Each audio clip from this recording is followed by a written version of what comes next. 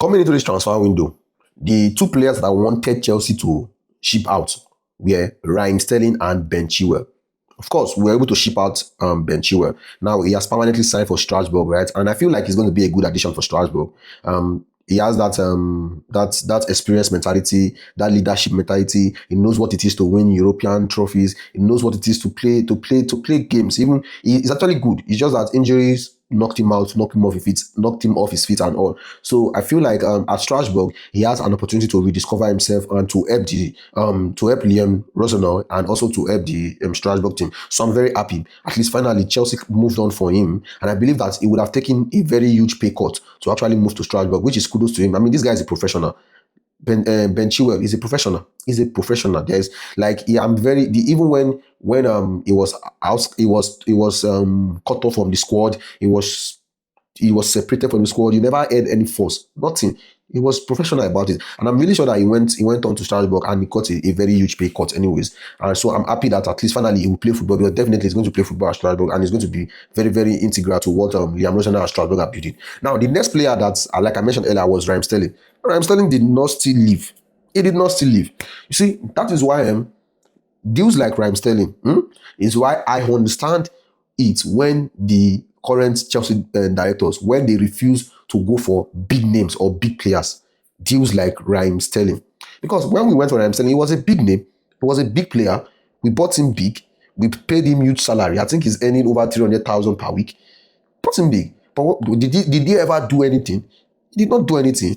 He had no impact.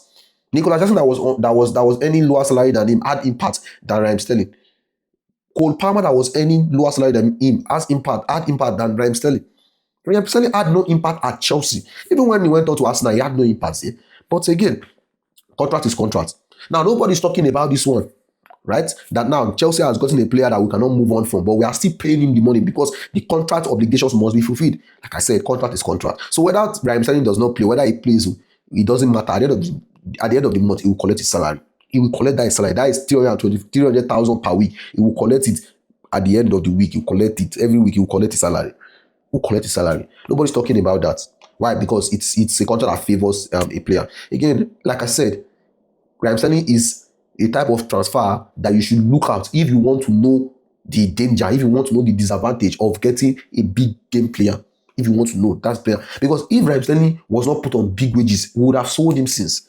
The reason why clubs don't want to permanently buy him is because of his wages. And the guy doesn't want to take a pay cut. He doesn't want to take a pay cut. And I understand, if it were me, I would not even take a pay cut in the first place. If I were Raheem Sterling, I would not take a pay cut. I would collect my money. I would not take a pay cut. Not everybody will. I would not take a pay cut because contract is contract at the end of the day. So again, people like Raheem Sterling, most like Raheem Sterling, is why the sporting directors, they are moving the way they are moving. That's why they will not go for big names. That is why they did not go for this guy. What's his name? Victor Osimhen. Because big name, big wages. What is the guarantee that he will perform? If he does not perform, how do we move him on? That's the way the sporting directors are thinking at Chelsea right now. Now, first things first, what is the guarantee he will perform? If he does not perform, what is the plan to move him on? Because if you get somebody like Liam Delap, if he does not perform, you can easily move on from Liam Delap. I mean, look at Nicolas Jackson. Easily, we moved him to Bayern Munich. Easily, without force. The only force we had was because we wanted him back and all that. If that incident did not happen, Nicolas Jackson to Bayern Munich would have been seamless. It would have been seamless. Look at Onimadueke, easily moved him on to Arsenal. Look at Onimadueke, easily moved him on to Arsenal. No stress. I can go on and on. You see that Chukwuemeka easily moved him on to Dortmund. We moved on players like easily because they are on low salaries. When players are on low salaries, they are easily moved on. But look at Raheem Sterling, a bone in our neck.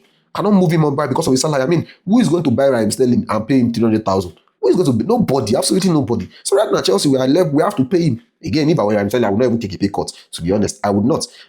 So if you are always thinking, why are Chelsea not going for big names? The issue of Raheem Sterling is why. Look at it now. He did not perform. And the honest truth is, whether you want to bring Lionel Messi, you want to bring Kylian Mbappe, you want to bring the biggest name to your club, there is still that probability that he might not perform. Nothing is guaranteed. Nothing is guaranteed. So now, if he does not perform, how do you move on for him? That is the plan. That is the issue. You cannot move on from Raheem Sterling. Why? Because his salary is big. Salary is big. Can't. Because if his salary was small, he would have shipped him away since. Somebody like West Ham or Fulham would have bought him easily. If his salary was between the range of maybe 150, 180, so they would have bought him. They will pay him. They will even pay him 200. They will pay him higher. But at 300 or I think it's even above 300, 325 or so. Who wants to cover that salary? And Raheem Sterling will not take a pay cut. If it's me, why would I take a pay cut? I'm already at a club where I'm getting 300, over 300,000. You're not telling me to take a pay cut. I will not. So again, it's our bone to swallow. And we have not been able to swallow it yet.